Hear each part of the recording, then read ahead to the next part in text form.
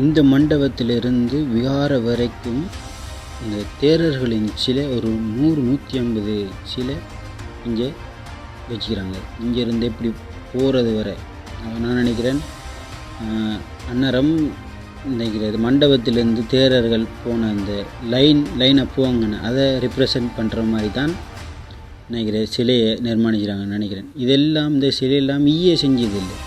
இதெல்லாம் மண்ணுக்குள்ளேருந்து கண்டுபிடிக்கப்பட்டு தொல்பொருள் ஆய்வாளர்களால் கண்டுபிடிக்கப்பட்ட சிலைகள். அதை புனர் நிர்மாணம் செஞ்சுக்கிறாங்க. அதாவது உடஞ்சி கிடக்கிற இது எல்லாத்தையும் ஒட்டி அந்த பெயிண்ட் எல்லாம் அடித்து ஈயே செஞ்சுக்கிறாங்க.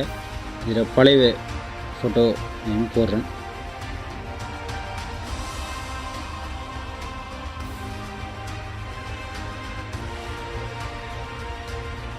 விகாரையானது கிழக்கு மாகாணத்தில் அம்பாறை மாவட்டத்தில் பொத்தியில் பகுதியில் அமைஞ்சிருக்கு.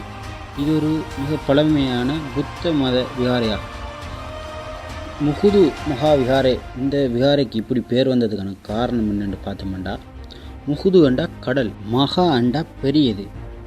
அப்போ இலங்கையிலேயே கரையோரத்தில் இருக்கிற இது மிகப்பெரிய விகாரையாக இன்னைக்கிற விகாரை இருக்குது. அதனால் கரையோரத்தை அண்டிய பெரிய விகாரை முகுது மகா விகாரை என்று இந்த பேர் வந்திருக்கு.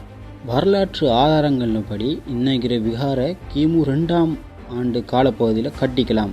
யாராலண்டா காவந்திச மன்னனால் கட்டப்பட்டிருக்கலாம் என்று தொல்பொருள் ஆய்வாளர்கள் சொல்கிறாங்க.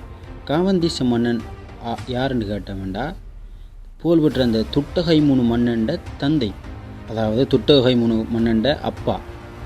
ராமாயணம் போல் இந்த விகாரைக்கும் ஒரு கதை இருக்குது, புராண கதை. அது என்னென்னு பார்த்தோம்னா, இது கிமு 2ஆம் நூற்றாண்டு காலப்பகுதியில் கடல் கொந்தளித்து கடும் சீற்றமாக இருந்த காலப்பகுதியில் அந்நேரம் வந்து சீற்றத்தை கட்டுப்படுத்துறதுக்கு விகார மகா தேவியை கப்பலில் ஏற்றி தனியாக அனுப்பிக்கிறாங்க. அந்த கப்பல் கரை ஒதுங்கிய இடம் இந்த பொத்தியில் பிரதேசம், அதாவது இன்னைக்கிற விகார நிறுவப்பட்ட இடம். அதை ரிப்ரசன்ட் பண்ணுற மாதிரி இந்த கவதிச மன்னன் இவ்விடத்தை விகாரையை கட்டினார். நாம் வரும்போது 2 சிலை பார்த்தோம். ஒரு சிலை கப்பலில் இருந்துச்சு, அந்த சிலை இது விகார மகாதேவி. இந்த ஹிஸ்ட்ரியை ரிப்ரசன்ட் பண்ணுற மாதிரி தான் கப்பலில் இருக்கிற மாதிரி ஒரு சிலை செஞ்சுருக்காங்க. இன்னொன்று இந்த விகார மகாதேவியை சிலையை வச்சு பின்னுக்கு கப்பலில் ஓவியத்தை வரைஞ்சிக்கிறாங்க.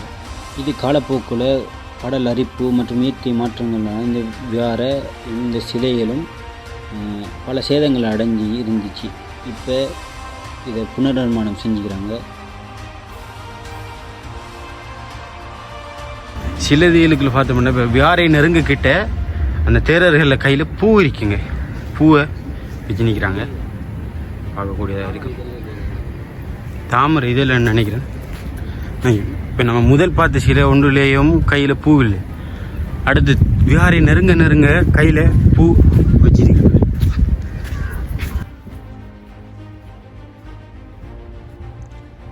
இங்கே இருக்கிற தேரர்களில் சிலையில் ஒவ்வொரு சிலையும் ஒவ்வொரு முகத்தை கொண்டிருக்கு. அதாவது ஒவ்வொன்றும் ஒரே மாதிரி சிலைன்னு சொல்ல முடியாது.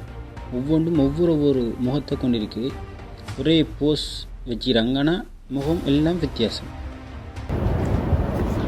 ஆனால் இந்த தேரர்கள் எல்லாரும் முடிக்காட்டும் ஒரே மாதிரி இருக்கு. ஆனால் இது மட்டும்தான் வித்தியாசமாக இருக்கு. நான் நினைக்கிறேன் வேறு ஹெட்டு என்று நினைக்கிறேன். இது என்னென்று தெரியல எனக்கு. யாரையும் நெருங்கி வந்துட்டோம்.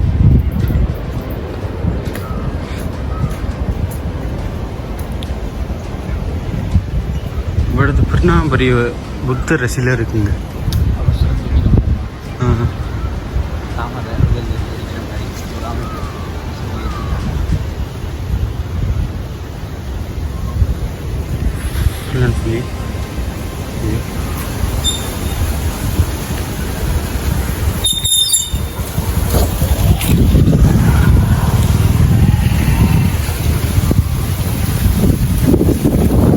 அடுத்த விகாரைக்கிட்ட வந்துட்டோம். விகாரை காட்டுறேன். பிரம்மாண்டமாக இருக்குங்க. வீடியோலேருந்து பார்க்குறதுக்கும் நேரில் பார்க்குறதுக்கும் நிறைய வித்தியாசமாக இருக்குது. கட்டாயம் நீங்கள் விசிட் பண்ணி பாருங்க. உண்மையிலே வந்து வேறு சுற்றி பார்க்கலாம். இன்னும் இருக்குது.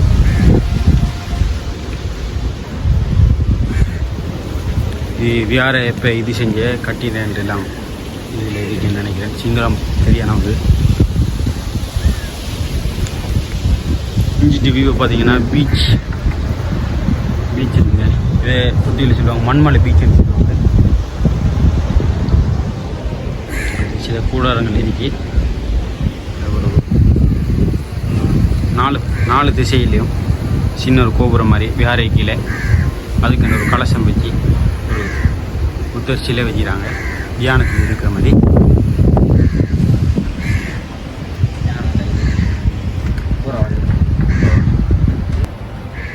விஹாரை என்ட்ரன்ஸில் அந்த படியை கருப்பு கலரில் அடிக்கிறாங்க.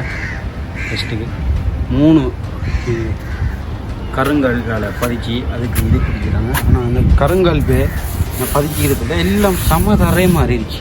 ஒரு இடருவையோ ஒன்றும் இல்லை. ஒரு மழை பெஞ்சு கிட்டதில் அது தண்ணி நிற்கி அரைவட்டம் இதில் யானோட படம் இது தாமரை இதழ் மாதிரி எல்லாம் இருக்குது. பூ ஒன்று இருக்குது மாதிரி ஏறத்தில் ஏறின மட்டும் அடுத்த வடிக்கு ஏதோ மிருகத்தில் நாக்கில் அப்படி வாழ மாதிரி மிருக்கி யானை மாதிரி மிருக்கி. உங்களுக்கு என்னென்னு தெரிஞ்ச கமெண்டில் சொல்லுங்கள். வாங்க ஏறுவோம்.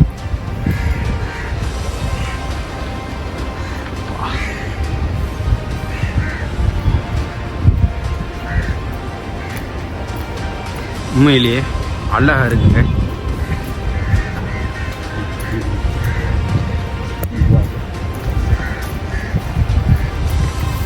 வேறு பார்க்குறீங்க நேரில் பார்க்க ரொம்ப அழகாக இருக்குது. கட்டாயம் நீங்கள் விசிட் பண்ணி பாருங்கள். வாங்க விஹாரை சுற்றி பார்க்கலாம்.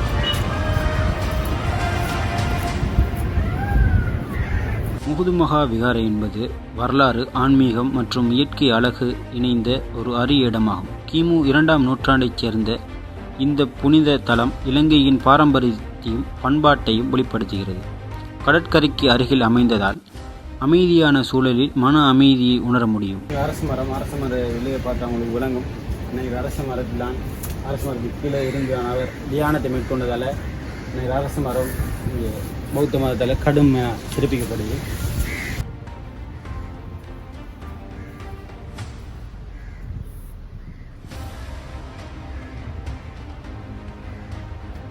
நான் இதுக்கு முதல் இன்னும் 2 வீடியோ போடுகிறேன். செம்மணிக்குளம் மற்றும் டூம் ஹவுஸ் என்று அதையும் பார்க்காதாக்கள் கட்டாயம் பாருங்கள். இது என்றைக்கு தான் நீங்கள் உள்ளுக்கு வந்து ஃபஸ்ட் டைம் பார்க்குறீங்கண்டா மறக்காமல் சப்ஸ்கிரைப் பண்ணுங்கள். அப்போ தான் நான் போடுற வீடியோ அடுத்தடுத்ததெல்லாம் உங்களுக்கு உங்களோட ஃபீடில் வந்து விழும். Thank you so much.